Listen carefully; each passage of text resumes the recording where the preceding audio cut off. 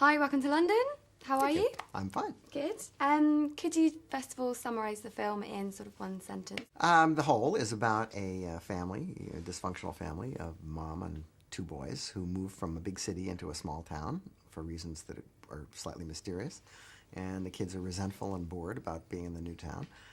But they find in their basement a door with a bunch of locks on it. Mm-hmm. And of course, being kids in a horror movie, they open up the locks, they open the door, and bad things happen. There is a secret door. What is that? That's a lot of locks. That should never be opened. I think it's just a really deep hole. How deep do you think it is? Now, would you actually, in real life, open something that had 6 giant locks on it? Because I'd be curious, but I don't think I'd actually do it. Well, there were 3 of them. See, if I was by myself, I might not do it. But if I had 2 other kids with me, I'd do it. And can you talk a bit about the 3D? Did you always intend to film in 3D? Well, the script was written as a regular movie. And when I got the job, I talked them into shooting it in 3D because I thought that it would enhance this particular story because it's got, you know, you're looking up, you're looking down, you know, you're mostly in a basement. And I thought it would sort of draw people into the movie. And I think when 3D is done correctly, it actually makes the audience feel like they're on the set with the actors and that everything seems to be more immediate. This is so cool. They will never forget. You look in the hole, it brings your fears to life. You've got a gateway to hell under your house. You're obviously a massive fan of horror. Any specific films that influenced this one? There have been a number of pictures called The Hole and a number of pictures called Holes, and you know, so I wasn't that crazy about the title, but we could never think of anything else. And after all, that's what it's about.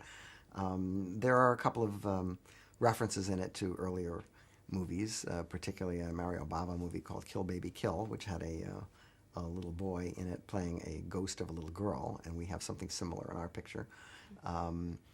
And I mean, as in all my movies, I mean, there's steals from all sorts of places. I don't even know it when I do it. I don't even recognize where it comes from. I've just got so many images rolling around in my head that, you know, later I see the movies and I go, oh, that seems just like in, but I can't help it. Well, exactly. I was going to ask you. Instantly you see the clown, you think Gremlins and Small Soldiers, which I love as a kid. But they're so similar, they're so distinctive. It's kind of your style. And how do you keep that? How do you create it? Where does it come from? Well, I don't know exactly what it is about me that has led me to make so many movies about little 2-inch, too tall creatures that bite your legs. But when I was making Small Soldiers, I thought of it as Gremlins 3.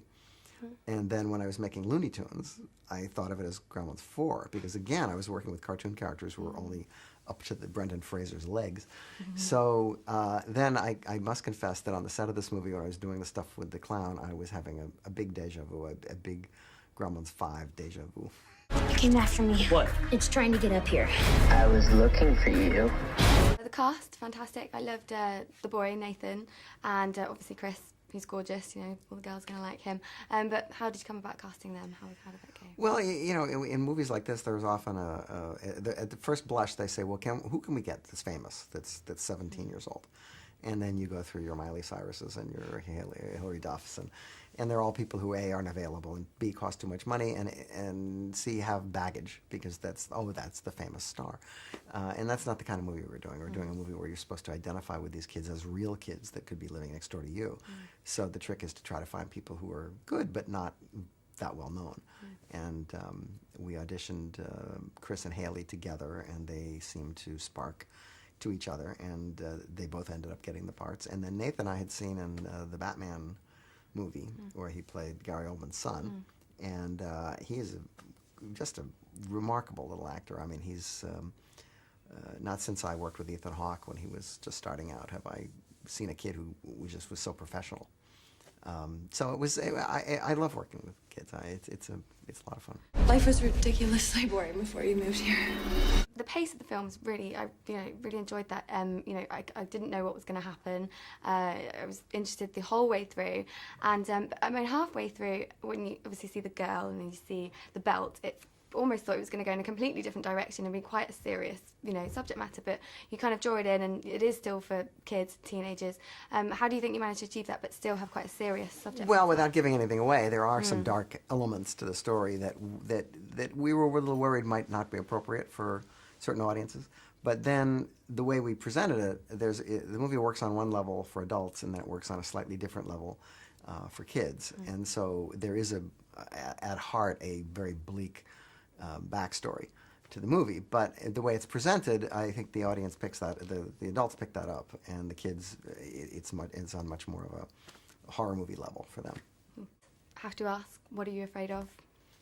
I'm afraid of anybody asking me that question again Oh, today. sorry. Come on. That's being the case. Well, let's see. What answers have I given? I've given that I'll never work again. That's one. But I'm not actually afraid That'd be of supernatural scary things. I'm afraid of, world peace not ever happening, and that kind of, it's bigger concerns than. Lastly, I have to ask you, we're from the fan carpet, and we want to know who or what are you a fan of? Who or what am I a Positive. fan of? Yeah, anything from food to movies to... From food? yeah, literally anything. Wow. We have a lot of people say chocolate cake and things, so Really? it can be anything. Something you can't live without. Something I can't live without. Golly. There are so many stupid answers I could give you that I'm censoring them all as I speak.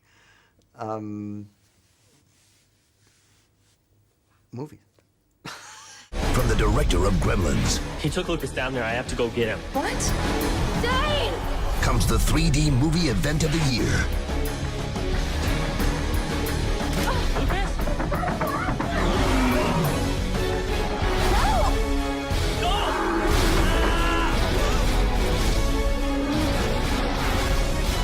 The Hole in 3D. How do the two of you feel about having the house to yourselves for a day or two? Bad.